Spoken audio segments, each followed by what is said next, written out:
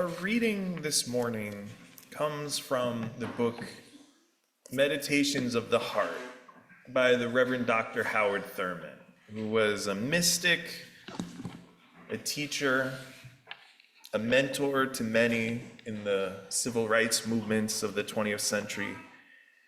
But he was someone who was deeply attentive to everyday practices, just like we did, just like those moments of meditation. I'm going to read a selection from a meditation that he authored called The Glad Surprise. There is ever something compelling and exhilarating about the glad surprise. The emphasis is upon glad. There are surprises that are shocking, startling, frightening, and bewildering. But the glad surprise is something different from all of these. It carries within it an element of elation, of life, of something over and beyond the surprise itself. The experience itself comes at many levels. The simple joy that comes when you discover the balance in the bank is larger than the personal record indicated, that there was no error in accounting. The realization that you don't have your door key when the hour is late and everyone is asleep, but someone very thoughtfully left the latch off, just in case. The glad surprise is the dreaded meeting in a conference to work out some problems of misunderstanding, and then things are adjusted without the emotional struggles anticipated. The glad surprise is a report from the hospital that the examination went well, when one wasn't sure if it did. All of these surprises are glad. There is a deeper meaning in the concept of the glad surprise. This meaning has to do with the very ground and foundation of hope about the nature of life itself. The manifestation of this quality in the world about us can best be witnessed in the coming seasons. If it is ever a new thing, a glad surprise, it's those stirrings of life at the end of winter, or the transformations around us at winter's start. One day there seems to be no sign of life, and then almost overnight, swelling buds, delicate blooms, blades of grass, bugs, insects, an entire world of newness everywhere. One day it seems cold and gray, and yet that water is still churning. There's life all around, even on the coldest day. There are glad surprises before and after winter. And often the same experience can come at the end of a long tunnel of tragedy and tribulation. The glad surprise is a reminder that stumbling is not the end of the journey. Such is the glad surprise.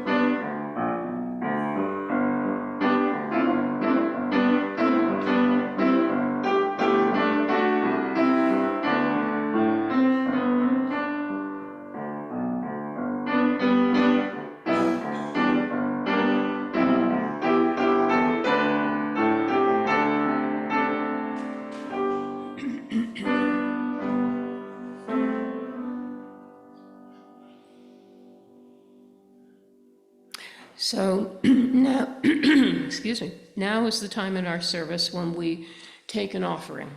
We know it is the gifts of all of us that help support our ability to thrive and gather. For those attending in person, we will pass the collection plate. Please use the envelope you'll find in the pew.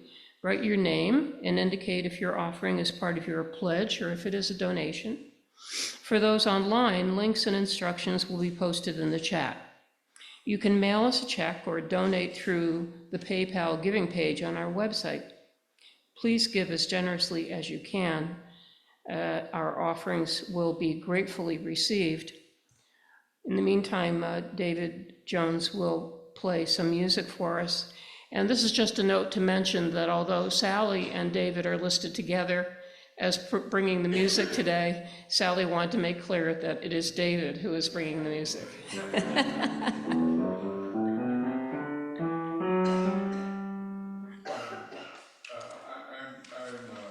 I want to do, instead of the theme that was listed, I'm going to do again with loving kindness.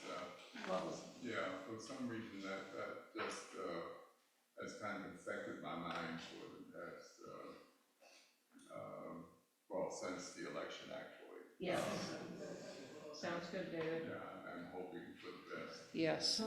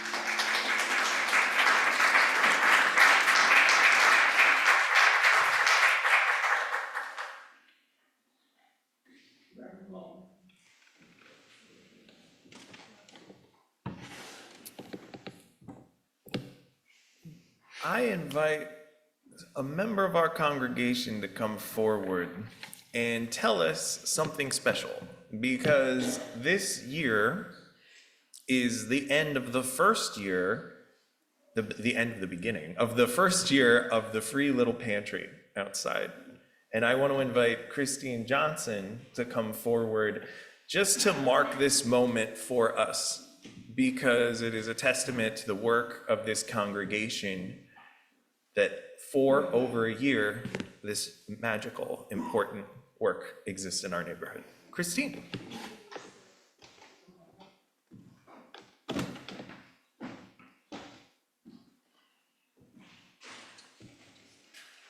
Well,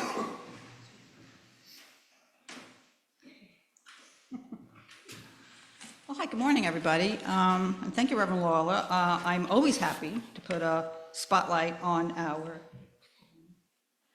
the little free food pantry that's celebrating its first anniversary on December 3rd, this coming week. And I guess a joy that I could have mentioned was that it's absolutely brimming this morning when I passed by, which I think is marvelous. And the little free food pantry is an example of good ideas that just kind of appear. You don't always know where they come from, but they just kind of do. So a little background. As Worship Guild was planning its services last year, back in August and September, one that we thought about was looking at hunger on Staten Island, and we scheduled it for November 19th last year. And those of you who were there may recall that our panelists quantified hunger on Staten Island and hunger in our community, the media community. Besides the hunger task force that was here, we had two reps who provided, hunger task force, provided data on actual numbers of the quantifying the hunger on Staten Island. But we also had two reps here from two churches who have either weekly or monthly pantries. Each of them had been involved for years, and their output was impressive. The reps were even just anecdotally speaking about how the numbers of attendees changed from year to year to year. And at that point, they were having their highest turnout of attendees coming to their pantries. Having the organization to stage such a pantry seemed a little bit beyond our somewhat small congregation. At the same time, Dave Michaels had an idea from his friend Bill, a fellow runner, about little free libraries that were converted to little free food pantries during COVID. As it happens, I know Bill too. I can assure you I'm not a runner.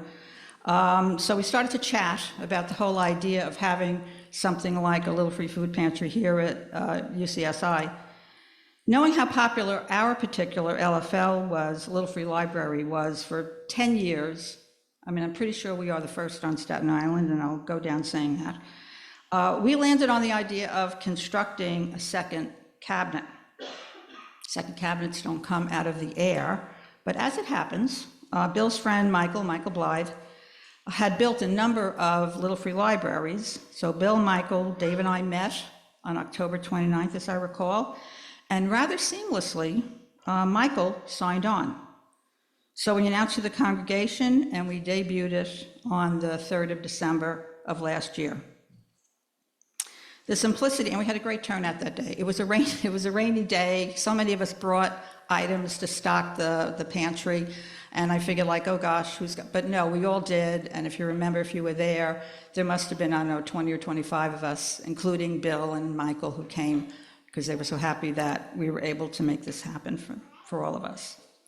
The simplicity of the Little Free Food Pantry allows each of us and anyone in our community to support a food ministry.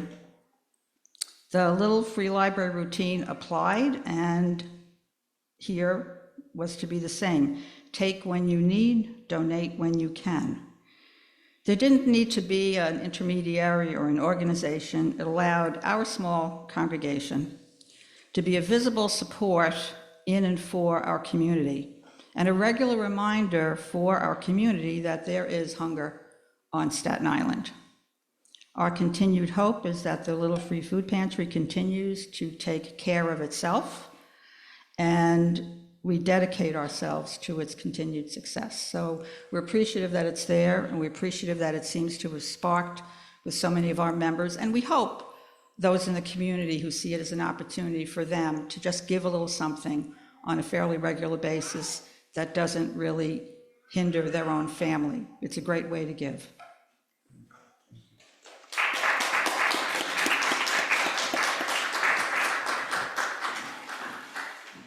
And in the spirit of listening to the voice that invites us to give and receive as we are called, I invite us to open our gray hymn books to number 391 to sing Voice Still and Small. We'll listen to it once and then we'll sing it twice. 391.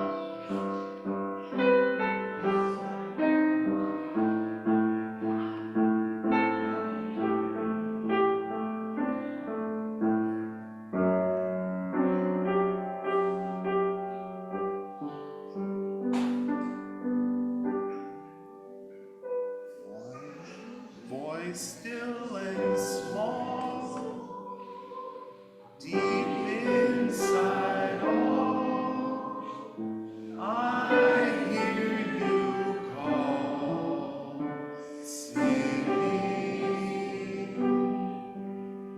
in storm and rain, sorrow and pain, still will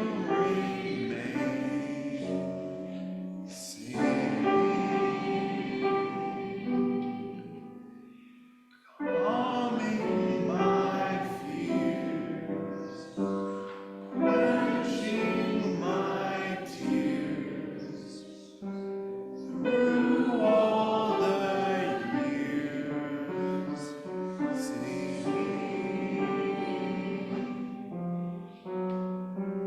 voice still and small, deep inside all, I hear you call, singing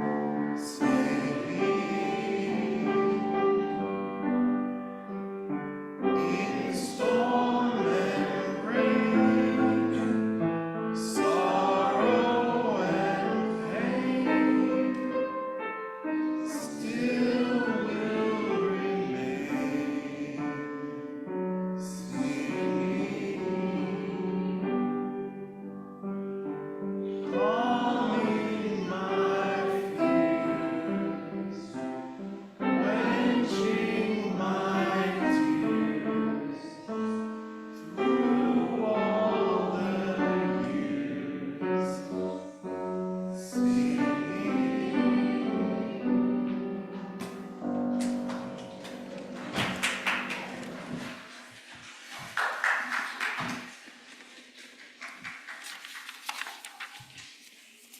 Voice still and small, deep inside, all calling us into this moment, into this space. I think it's particularly fitting as we come into the month of December that we take stock to pause. How are we called to be together in this moment? And what a beautiful way to begin those questions of reconnection and recommitment, to think about the quest, the journey the congregation has been on over the past year. Thinking of how to steward this space in a way to connect with bystanders and neighbors, perhaps someone just in town for the week. Our gathering space creates connection, and it's manifested through those free books and that free food that we give and receive as we can take and offer. I've been thinking a lot about a question that came from a conversation with my wife where she said, "What does it mean to be spiritual?" I know as Unitarian Universalists, you talk a lot about spiritual values. We live our spiritual values out loud. It's like, but what does that mean? What does that mean? And I was embarrassed that I found myself kind of tongue-tied about this. I was like, I should have a quick, easy definition of spiritual, but I realized I didn't. I had to do some discernment and pause and reflection. And I recalled the words of Dr. Nancy Frankenberry, who is a philosopher of religion, who's thought a lot about what does spiritual mean. And she had suggested that we move away as a culture from talking about spirituality and more about living spiritual quests. And that was a gateway to me, because for her, she's like, spirituality sounds vague. It's beautiful, but a little airy. Whereas a spiritual quest is clearly, objectively embodied. It's about people or a person or a family or a community going somewhere, doing something, trying to make sense of the actual world around us. Sally McFaig says that human life in its problematic, historic, ambiguous reality is actually the realm of the truly significant. Lorraine Hansberry, the amazing playwright, talked about the ordinary is profound. She said, if you're looking for profundity, you don't have to just talk to the Greeks or think about Elizabethan kings and queens. Just getting up in the morning can be profound.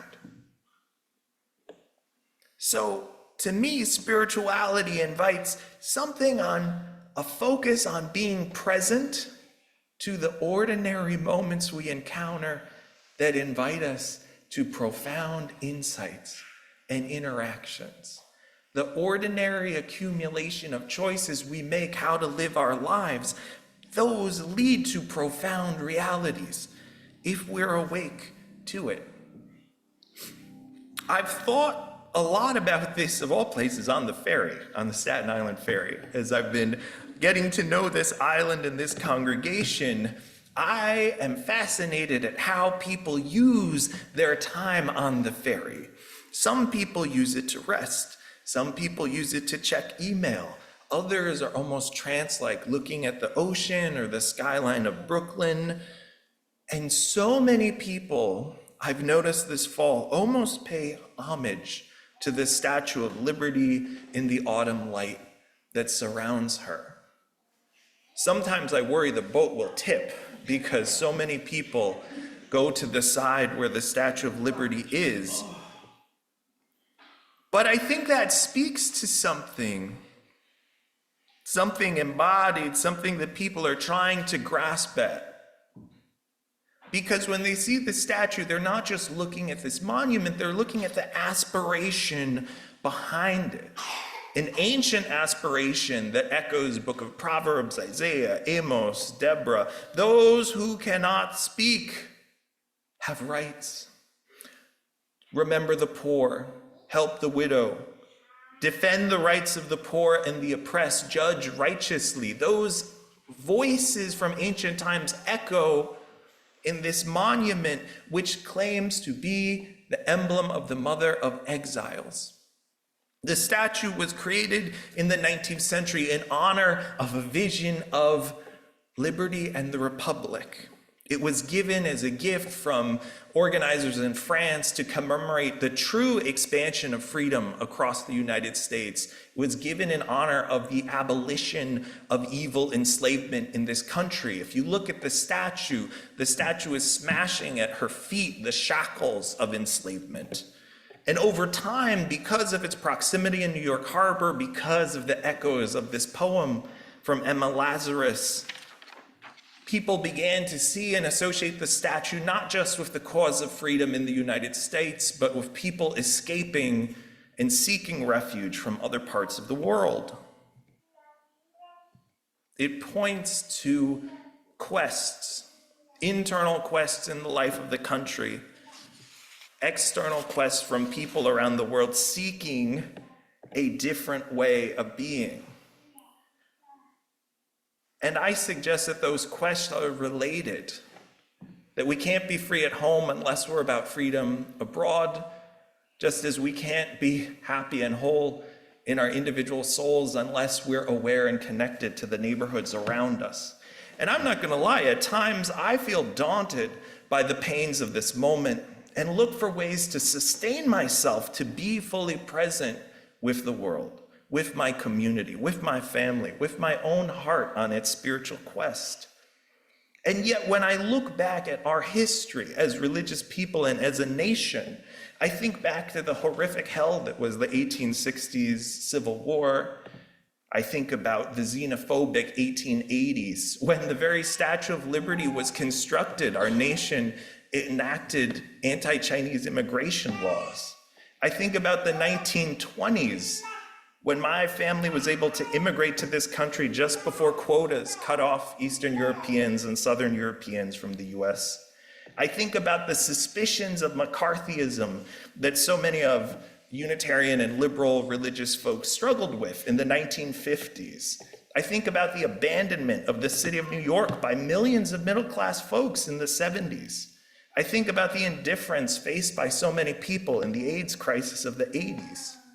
There are so many examples of pain on people's journeys in the past, and yet each of those horrific moments has a counter-narrative and a counter-quest of the people who worked for justice and liberation, who made the choice to show up with care and kindness and construct and imagine a future and a life that was grounded in connection and possibility. The quest we are on in our day-to-day lives lead to so many manifold decisions. And as I was looking back at the choices made by those in our past, I came across a letter in the Unitarian magazine archives written by a Staten Island Unitarian in 1956. And this person wrote to the editor of the magazine, I read with interest the letter by J.S. Panter. It was thought-provoking. But when he talked about many good citizens taking part in good work without having to commune with other people on a Sunday, I have to say I disagree with him thoroughly. You can, of course, do a lot of good as a mere individual, but you can do it better if you have a church behind you. This Unitarian of Staten Island in 1956 wrote, I happen to be a Universalist of Unitarian convictions. And as such, I naturally prefer a church of the free spirit. If you are independent in spirit like myself, join a church so that by adding our own insignificant selves to the greater whole, we can assist all of us in doing better deeds. Sunday communion is but one thing, and unimportant to a goodly degree, but the church, the whole community, is the sounding board for the deed, and only with a hardworking membership can it succeed in working for all humanity. Please, join up. Join up. Our tradition is in flux. If you look at the numbers overall for the whole movement, we're smaller than we were 10 years ago. But I noticed in a recent report from the UUA that this congregation was one of over 400 that actually added members in the last year. And that's something noticeable, something to celebrate, because the participation in the life of this congregation creates ripples. It creates ripples. Perry Bacon is a Washington Post columnist who said there are a growing number of Americans, particularly on the left, who are unaffiliated and not regularly congregating with people who share their values. Perry recommended that if someone is looking for a place to connect, they should join a Unitarian Universalist congregation and be relieved to be in a space where we openly discuss shared values and ideals. Just before the election, Bacon shared that he began attending the Unitarian Universalist congregation of Louisville, and he was struck by the emphasis on practical change that people in groups of compassion could do. When I first was encountering our tradition on the West Coast, I ran into a former coworker in Oakland who is a very devout Catholic, and she told me with a deep seriousness in her voice and eyes, during the AIDS crisis, the Unitarian Church was one of the only faith communities to open their doors to families and people hurting and dying. She said, "I will never forget the love people by the Unitarian Church in Oakland showed when others didn't." The quest that we are on is the result of a series of decisions that might seem small. What will I do this morning? Where will I spend my time? What books will I read? What meetings will I show up at? Will I check my cabinet and bring something to the pantry? These seemingly small decisions actually cultivate and create a culture that we are better for being part of. Reverend Cheryl Walker said the answer to the aches of life is to love. The answer to the aches of life to love. Even in fights, even in tensions, love. When I think about that poem at the base of the Statue of Liberty, the new Colossus, I just am entranced by that call at the end. Keep your storied pomp. Give me your tired, your poor, your huddled masses yearning to breathe free, the wretched refuse of your teeming shore. Send these, the homeless, tempest-tossed to me. I will lift my lamp beside the golden door. Those words are the result of choices that people made to write, to read, to share, with full understanding that they're an aspiration. And we live in a culture where political leaders make fun of that aspiration, even that poem. They suggest cruel edits to it to demonstrate that we're tough and we have strong borders. But that's not a quest that leads to health. Spirituality sees the ordinary as profound. The choices that families make to cross borders, the choices people make to share food. When I look at Lady Liberty and Autumn Light, I am reminded that millions of people have come to this part of the world trying to imagine a different life, and that we are inheritors of those who came before us and in their context and in their time sought to live in a way that was profound because it was generous and everyday and present. The political whims of the time may change, but our values do not. And we have the gift of seeking out habits, structured choices that help reinforce who we can be. And as that Unitarian of Staten Island invited us to consider in 1956, there is more that hardworking membership can succeed when we are working for all. May we seek out a quest of transformation, and may we go on it together. May it be so.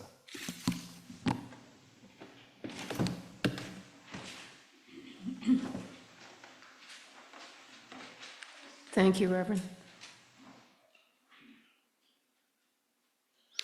We now will be singing our closing hymn, number 55, Dark of Winter, in your gray hymnals.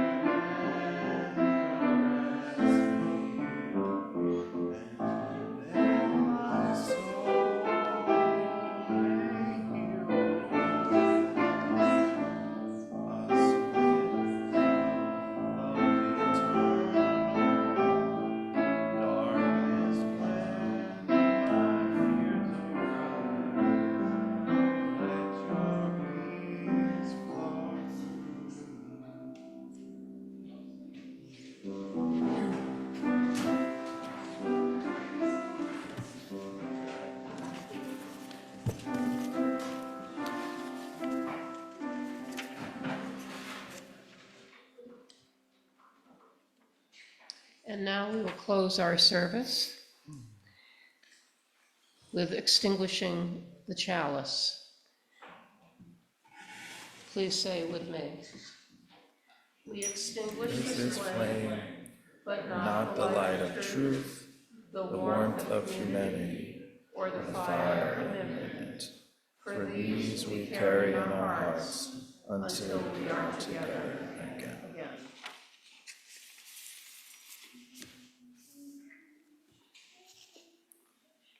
In the moments of calm, and in the moments of stillness, and in the moments of glad surprise, may we be attentive to one another, to the streets that surround us, to the world we are part of. And may that awareness invite us into quests of transformation and love. May it be so. Thank you, everyone, for being here today, and I look forward to seeing you all with a cup of coffee and a little something to nosh through those doors after the service. Thank you.